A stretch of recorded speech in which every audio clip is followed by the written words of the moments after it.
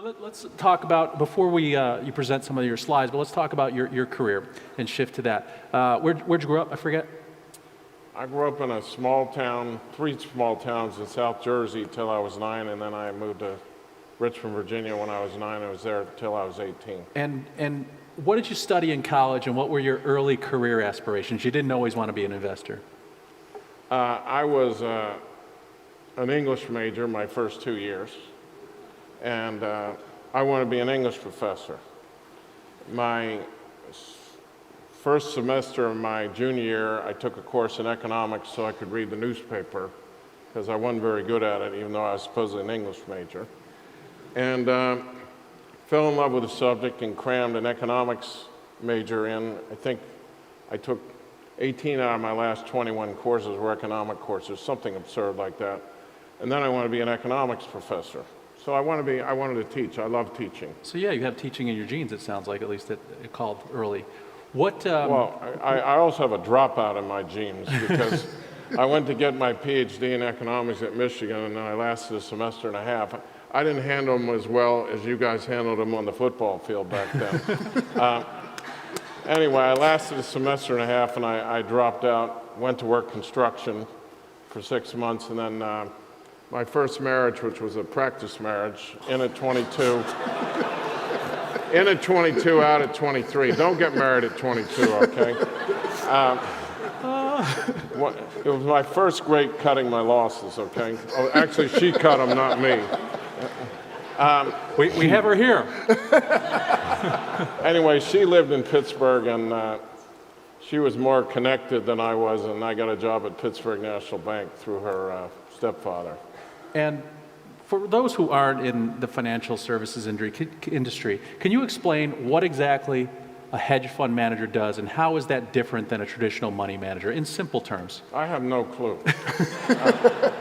Hedge fund has become the wildest term out there under the most gigantic umbrella, but I think the original concept was you borrowed, you were able to borrow money.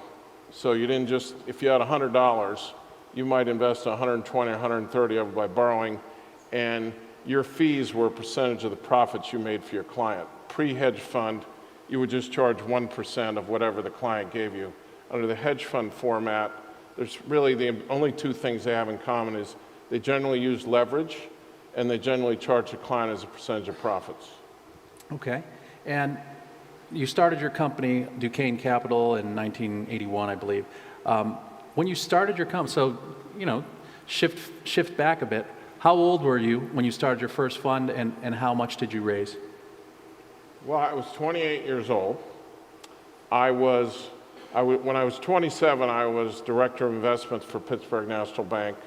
I was running $6 billion, and I was doing a pretty good job because the Shah of Iran went under, and I had no experience whatsoever, so I said, this is easy, let's put all our money in oil stocks and defense stocks.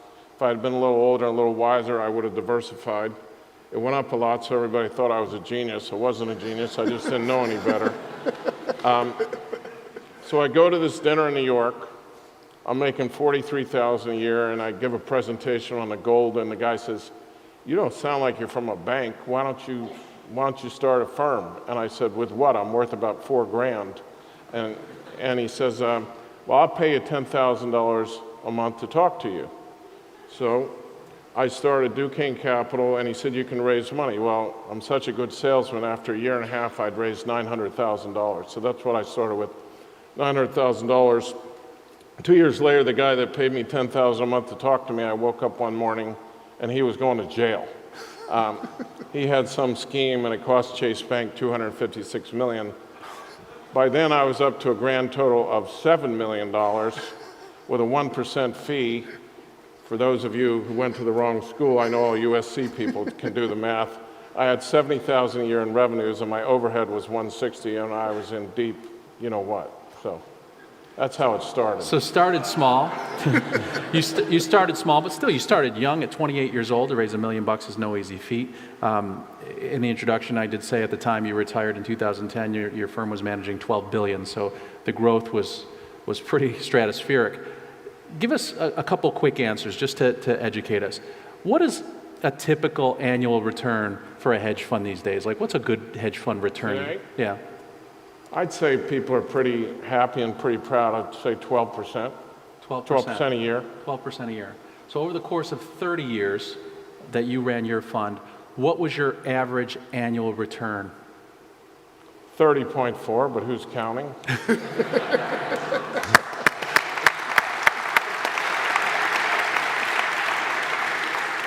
And you know, they're up and downs, particularly in hedge funds, because you make big bets. How many down years? 0. Zero. Zero down years. So if you have the same question that I had, which is, have you invented a time machine yet, and can we go back and invest in your fund? The answer is no, unfortunately. You must have made a lot of people a lot of money, and you know, applying these same things. So talk about your investment philosophy and why, you know, you got those types of results. How did you do it? Well, my idea of risk control is a little non-conventional. I like putting all my eggs in one basket and then watching the basket very carefully. I think, I don't know what they teach at Marshall, but at most business schools they teach, I think, a lot of nonsense called risk-adjusted return and diversification. Ouch.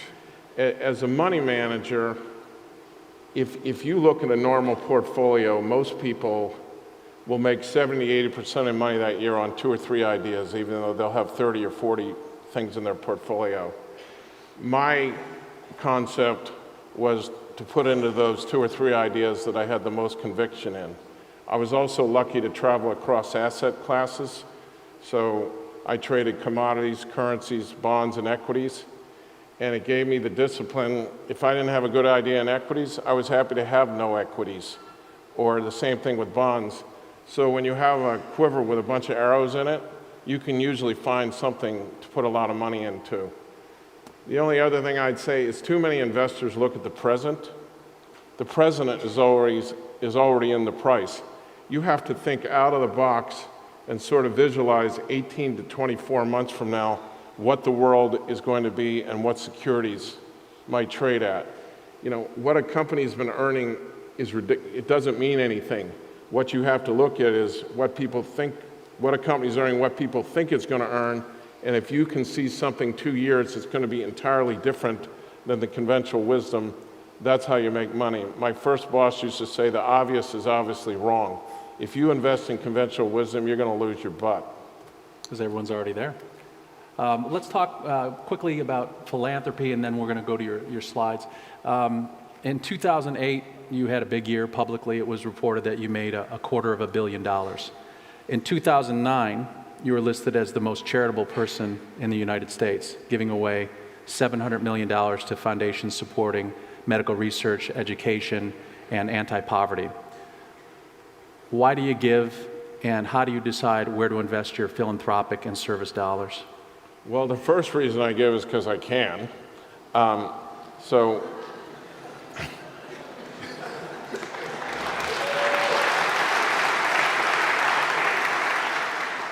I don't know where it came from. I was given a gift. I'm good with compounding money.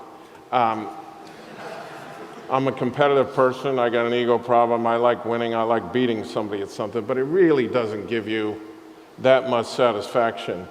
It is a great irony to me that my wife and I get honored when we go places for giving and people think you're nice people. I don't do it to be a nice person. First of all, it's a privilege and it's fun when you have this much money and there's so many things out there to be able to give it and shape things and direct things. I mean, it is really a source of great pleasure and satisfaction. And, you know, to be able to meet people like Jeff, and he's in the trenches. I mean, what he does compared to I do, it's not even close, but to be able to fund them and maybe make a difference through their efforts and still what I do for a living, because I love what I do. You know, I do it because it's fun, to tell you the truth, and you can make a difference. And what could be a better life than doing well? And I mean, why wait till you're gone to give money? I mean, to see it at work during your lifetime, It's just a great way to I don't live. get it. There's statements out there about guys being greedy or whatever who don't give money away. And I don't really look at that. I think they're stupid. I mean, they have no idea the joy they're missing. And you take a guy like Buffett, who is revered around the world, good for him. The man never gave away a penny until he was 70 years old, and then he hands it all over to Gates to do. The fun of it is getting in there and watching these great people like Jeff Canada operate and sourcing them and working with them. Just to write a check is not what it's about.